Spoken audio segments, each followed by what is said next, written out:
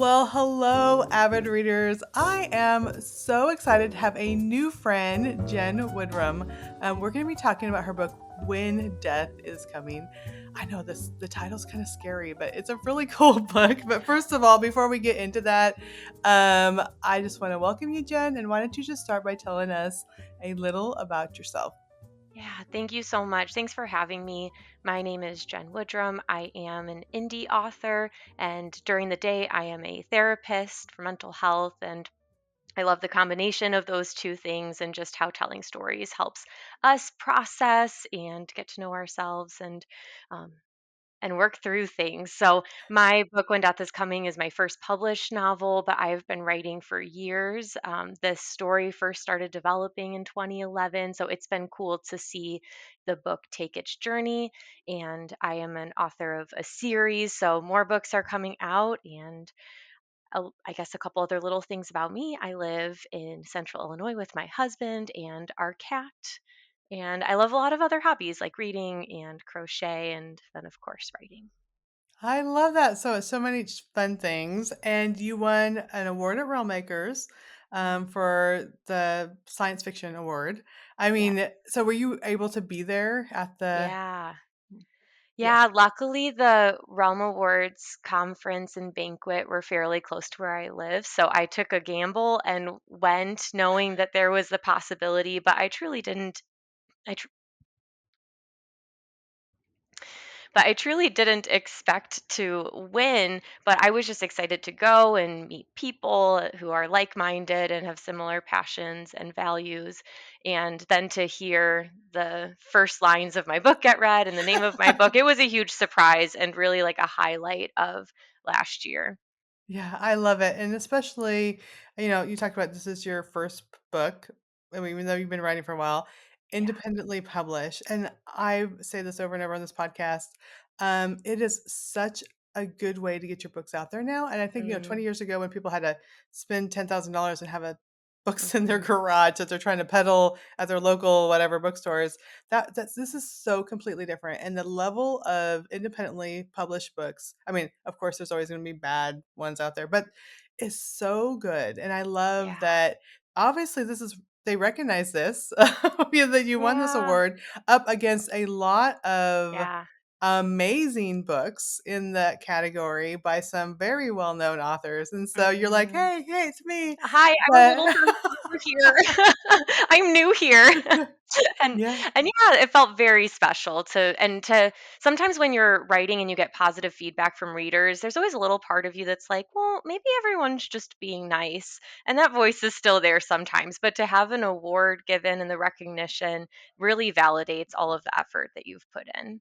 Yeah, I love that so much. Okay, so talk about the premise behind it. I think I'm on page like 46 or something. So I'm like, "Oh my Sure. goodness, these poor kids." Like, Yeah. but explain the whole premise behind the book, and then we'll talk about like why you wanted to write the book with. Let's start with the premise first. Sure. Yeah. The books take place in a future version of our world, but where death dates are known. And not by science, but by these giant mystical pillars that have appeared all across the world. And people don't quite know why. And that's a mystery that you'll uncover throughout the series. But different parts of the world have handled the death dates differently.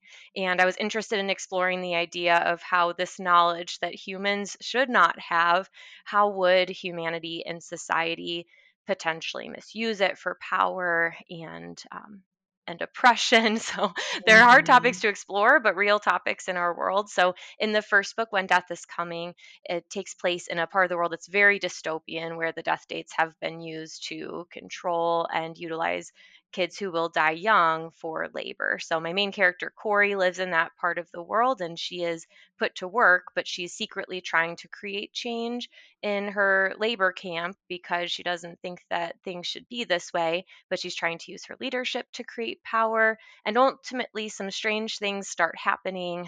There's a mysterious death and a mysterious immortal person, and then her own journey of escaping and learning about the world outside of this labor camp and seeing how much more there is to discover, and learning that she has a family she's never met, never even heard of. And with her little time left before her death date comes, she wants to find them and see if there's any way to create change with her family. So that's the gist of the first book, and each of the three books take place in a different part of the world where Mhm. the death dates are handled differently.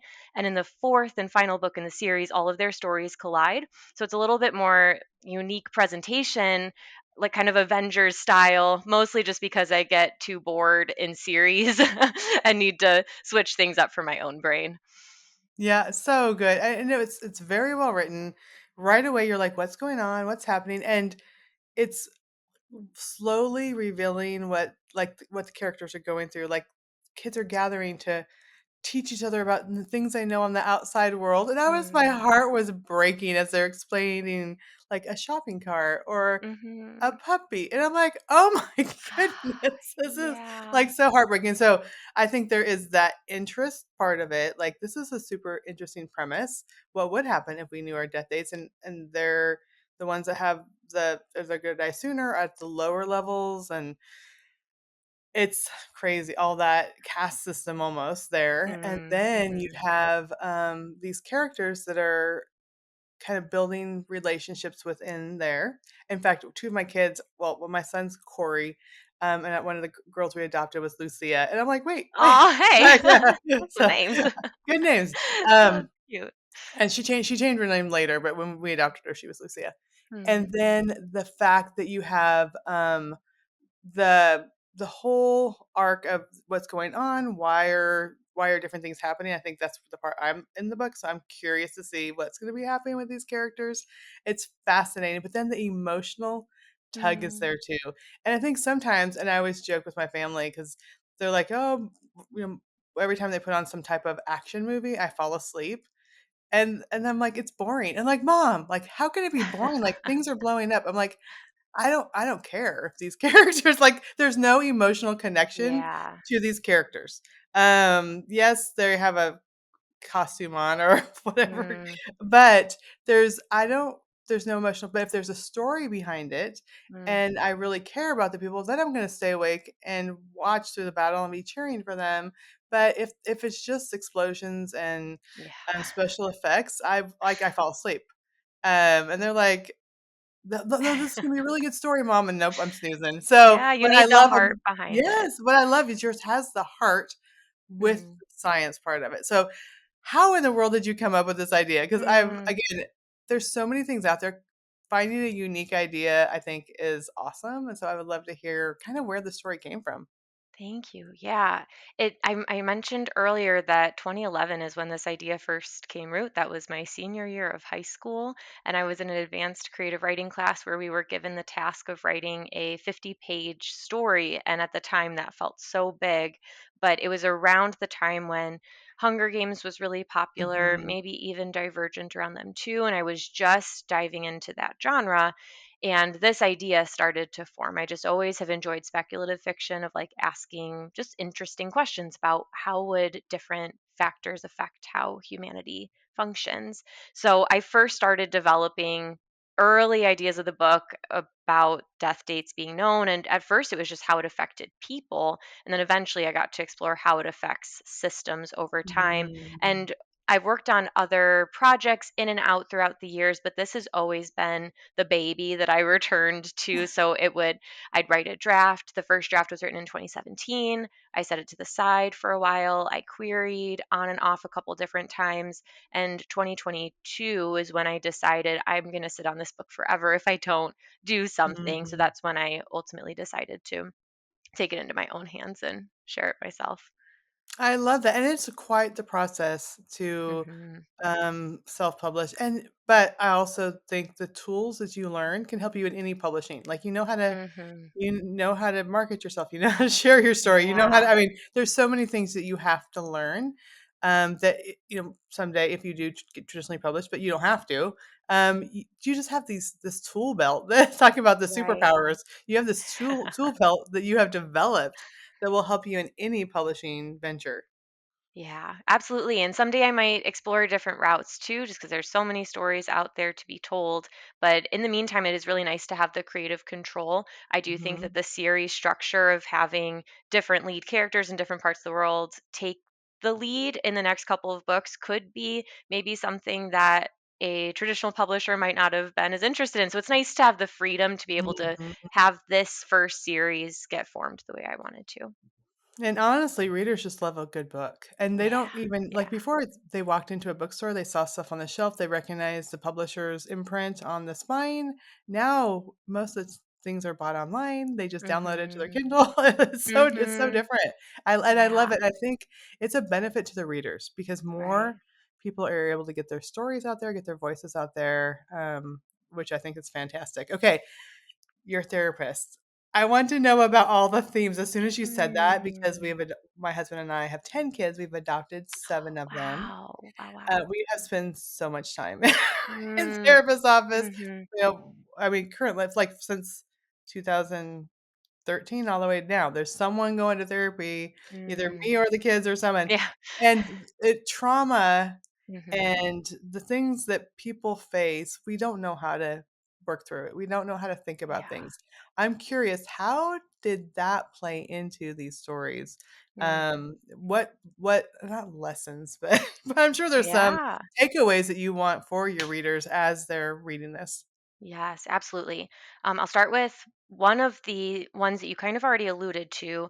I loved, as you mentioned, there's these scenes where the kids are talking about these really simple things in the world: shopping carts, money, dogs. There's these moments later in the book where Corey sees the sky for the first time and experiences these little pleasures in life that we take for granted. And that trickled throughout the whole series in different ways through different characters' lenses. I loved the idea of bringing in like the simplicity of gratitude and appreciation of creation and simple things Mhm. through different eyes, like through a character's eyes who hasn't seen the beauty of the world the way that we see every single day, but maybe don't even notice or soak in. So I loved being able to capture that. And now, as I'm drafting the third book, there's moments like that too with my characters of like just learning how big and grand the world is. And I think, reflecting God's creation, that even though in this world there's different gods, there's the fates, but still there's the beauty of creation in it Mm. that characters can appreciate. A couple other themes, specifically in this one, I loved including themes about like unconditional love and sacrifice, and that does come up in several of the books too. I think that a lot of clients that I work with, we have imperfect love in our world, and sometimes we experience sacrifice in not always even the best ways. Like sometimes we sacrifice things from ourselves in unhealthy ways. Sometimes we have had to make sacrifices. So I loved reflecting the beauty of sacrificial love that is a active choice of showing someone I love you, and I'm going to give things to show how much I love you. And then the last one that's a big picture that reflects a lot of grief and trauma that I've worked with is just the balancing between these two realities that we hold of one, we wish things weren't the way that they were, Mhm. and acceptance of things the way that they are. And in like dialectical behavior therapy, that's one of the big things, is like how do we hold these two different extremes. And in this book series, death is one of the big ones that I explore, clearly given the Mhm. premise. But a lot of the series is rooted in the question of like when we try to prevent death because it is hard, and experiencing death of a loved one, or the potential death of a loved one, or your own mortality, those things are such challenging topics for us to explore. So I loved the idea of digging into what happens when we try to fight this reality that actually makes life even more meaningful and beautiful, to have this finality of knowing I only have so much time on this earth, and we know that the eternity is ahead too. These characters might quite not know what that means for them, but there is often this like grabbing of like trying to hold life close and trying to keep it, and clench our hands around it, and how that act sometimes of trying to battle against this thing that is part of our world can actually lead to potential consequences. So Mhm. how do we live this balance of accepting a really hard, challenging, heartbreaking reality, while also like making the most of what's in front of us and trying to change what we can, but accepting the parts that we can't. Yeah, oh, so good. I mean, yes. Yes to all those things, it's so good, It was and I quite a can see ramble, sorry. and I no, no, no, I was following all through, and I was thinking through different things in therapy. Even doing timelines of our kids' lives, and like, Mm. yes, there's a lot of hard things. They were in foster care, but Yeah. there was bright moments in there. Let's think about Mm. let's balance. Let's find the balance. And one thing that we Yeah. talk about all the time is hero, villain, victim. We don't Mm. have to be a hero. We don't have to Mm. be a villain. We don't have to be a victim. Mm. We're a balance, and we're empowered. And I love that these kids, characters, young people, young Mhm. adults, um, they could have just like, this is our fate. Like, we're just gonna Mm. slog through, but they're trying to learn about the outside world and band together and build a community. And then even with Corey, serving and trying to figure out a way to help people. Mm. She's thinking Mhm. through different ways to help people. And I think one of the things that has been most helpful when people are in situations that are really, really hard is if they can find a way to help someone else. Yeah. In those situations, it really makes a huge difference. And then for my kids, we would volunteer, and then they start to see like, oh, I can help. I can play with these kids, and we could help the single mom down the street, and like, Mhm. different things. And then they feel empowered to make changes. And one's working as a therapist with autistic kids, two Mm. are working in preschools in Poland overseas. Um, and it's just amazing to see that those little switches in our thinking can change a lot. And I love that you're able to do that through fiction. Like, and Yes. you don't even realize, like, until you were explaining that, I'm like, oh, I was picking up all of that. I was Mm. feeling that, like feeling it and Mm. understanding it, but I wasn't like rationally thinking like, this is what these people are doing, So Yeah. it's so good that we Oh, I can, love in that. through fiction, bring those life lessons that we can embrace Yeah. and maybe incorporate into our lives. So, Yeah, I love that perspective and how helping is the best antidote to feelings of helplessness. Like, and you hmm can imagine that the characters in this story and even my future stories too, and a lot of other fiction that we read, that sometimes they're facing this bigger thing that's far beyond them, like powers that feel un unfightable, but how can we attempt to make change in those around us? So that's what Corey's trying to do within her little system to make the lives better of her little workers, as she calls them. Then also thinking, how can I even create bigger change with the resources I have? And I like that the hmm first book explores this question of like, if we're trying to create change, is it best to do it within the system or fight against a system? And ultimately, with a lot of questions that I ask in this book, I want there to not necessarily be always a clear cut answer. I think that hmm lean in different directions at different times, but I like that at least, Corey's trying to use what she has, that she has leadership, so let me use that. And there's another character, Darian, who's like, I'm just going to try to break down the whole system, and it's yeah, not going that well for her, but that's what she has. She has her rebellious spirit. So, and I love like just having characters represent that. And I don't know that I've even really like thought that much about it until as we talk about it right now, but like how we use our giftings yeah, to create change, and then we can channel that through our characters. yeah. And I think that's so much with as writers with fiction. It's like, our life messages and themes, like, people say, oh, this book isn't that bad. I'm like, but let's look at the life of the person who's Mm. writing it. I don't want that to be your role model, and that life view is going to come out in your book, which is why I love there's alternative books like When Death Mm. is Coming. Like, okay, I know Jen's worldview and thoughts, and she's a therapist, she's going to have themes. So even if you're not consciously thinking of, this is a lesson I want to come, it's who you are and how you think about things that's going to come out in the book. And I Yeah. love that. You're like, I didn't even think about that till right Yeah. now.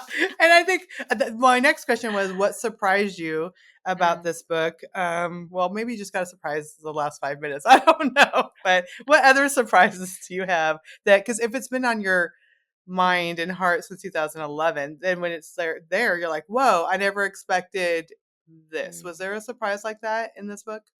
Oh, I think some of the surprises have come through revision of getting feedback Mm. from beta readers and learning things that when you write your first draft and you're a little baby writer, you're like, this is perfect. And like, no, if anyone has critiques, then they're wrong. All the And publishers are gonna want me. We're gonna have a I know. bidding war. I mean, my first conference, I had written 3 paragraphs, I think, and I'm like, "Everyone's gonna want this idea." Right. I'm 22 years old and I know what I'm I was doing? 22. I was exactly 22 in my first conference. Yeah. Oh, thank goodness for growth and for I know. learning and for community. Yeah, really, it was community that is how I developed and grew so much. And I think that there were surprises that came from opening myself up to feedback. And same within the second book, too. And now in the third, of being able to step back and hear a new voice that shared. And sometimes it's hard at first. I remember with When Death is Coming, I one of my most influential beta readers was Kayla Ann, who's also a Christian author of fantasy, and I love her books. And she was one of my beta readers who pointed something out that wasn't quite working. It was with Corey's motivations. Um, in early drafts, I guess I'll just share this. In early drafts, she wasn't even trying to create change. She was kind Oh. of like accepting the system and having someone share with me that like and I had thought that was fine. I thought that was the way it was going to be for a long time, and getting input from another writer who could see from a different lens of like it's hard to root for this character, and seeing how her character evolved then and being like, "Oh my gosh, the story needed this so much." And I'm now having moments like that in my third book too, and sometimes it means doing a full rewrite where you kind of have to scrap motivations and parts of the world so that you can build from the ground up this new greater heart of the story. And I'm always just surprised by how good it feels, and like these Hmm. aha moments where you're like, okay, I hated making this change because it took so much work and I had to cut a bunch of scenes and I had to cut this relationship. But then by the end, to see how much more worth it is, it makes it feel like, yeah, it makes it feel like it's all coming together. Yeah. Okay. So my question is going to be a therapist question. Mm, When we hear something we don't want to hear, what yeah. is your first thought? Like, oh, she's not right, or like, I think our first thing, like every time, Mm, even when the editors, because I've written over 90 books, when the editors come back, mm. I'm like, oh, they don't know what they're talking about. Like, and then I'm like, I read it again, I'm like, well, yeah, maybe. But then we have this moment where, like, actually, that would make the book better. But I think our Mm, initial thing as people is that true? Like, our initial thing is like, we want to stop. It's going to be work, mm, and we don't want to do that to ourselves, and we want it to be good enough, and so we'll kind of like mm. initially put up that wall, but Sure. then after a while our minds are like, okay, yeah, they're Yeah. actually right.